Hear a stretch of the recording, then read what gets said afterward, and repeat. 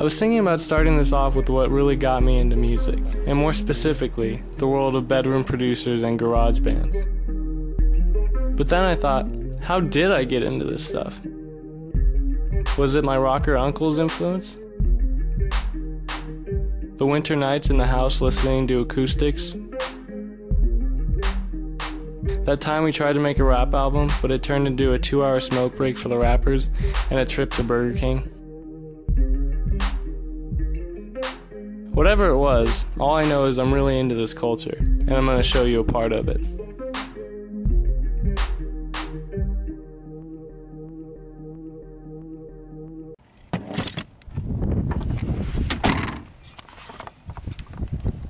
Off to Rio's.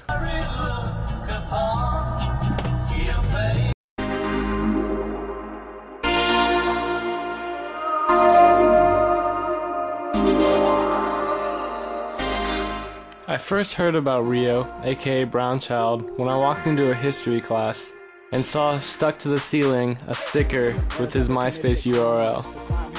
A year later, we were both in the same chemistry class, and we started to become friends. I've worked with him a few times and he never ceases to amaze me with his musical talent. The ability to create a melody in seconds, and to turn a keyboard into his magical solo machine to blow people's minds during his shows.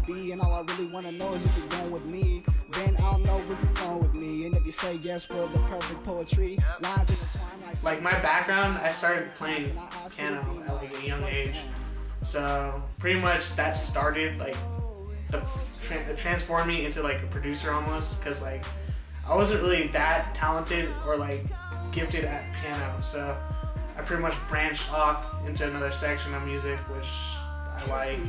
The person who got me started producing was my friend Christian.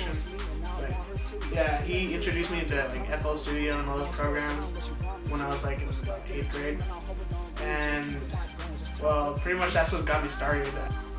That's like started off. I didn't make that great music, and then pretty much now to this day I still use the same programs, but that's how I started.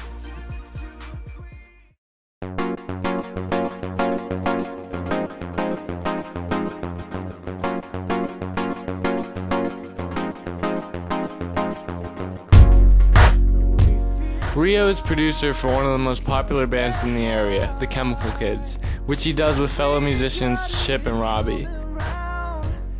I've been lucky enough to be able to hang out at a couple of the producing times with the band, and coincidentally Chip was in town to do one with Rio, so I went to film it.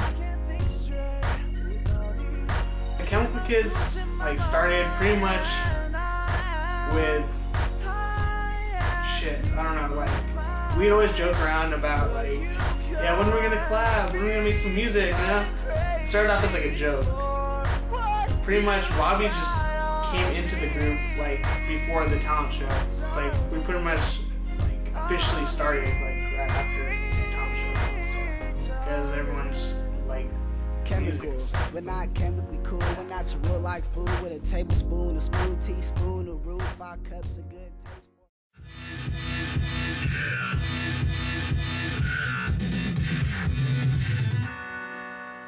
This may look like a normal practice session for a laptop DJ, but a show doesn't get much different than this. I went to interview a good friend of mine, Darian Aghily, who's an electro laptop DJ. A laptop DJ doesn't have the money for expensive CD mixers and lights, but can still produce a great mix for a party. How did you get into DJing?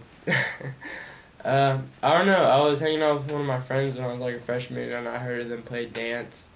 I kind of started liking that, and then I heard Mastercraft, and then like my very first concert I went to, like Mastercraft, Steve Aoki, all these big electro bands were playing, and I really liked the music. Darian is always coming up with ideas and plans. After being inspired by a video of Travis Barker and A-Track,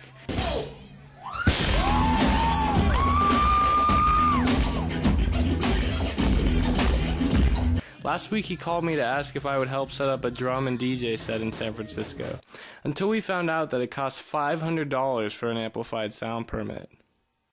The tragic part of all of this is Darian is highly skilled at something no one listens to.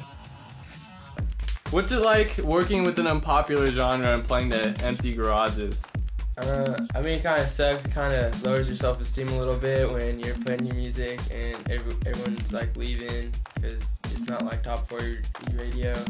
So something they can dance to, as we've heard in like 10 different DJ sets. They request like Keisha and like there's like other asshole performers, and we don't play them, and they get upset and they leave, and it kind of sucks. But at the same time, we're doing what we like to do, so I think it's funny either way.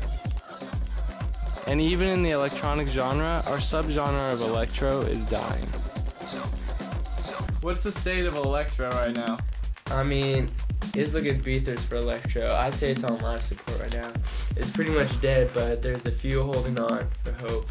And we gotta raise the awareness. More people gotta listen to it. Yes, I've seen zombies. I've seen someone who has died and come back to life.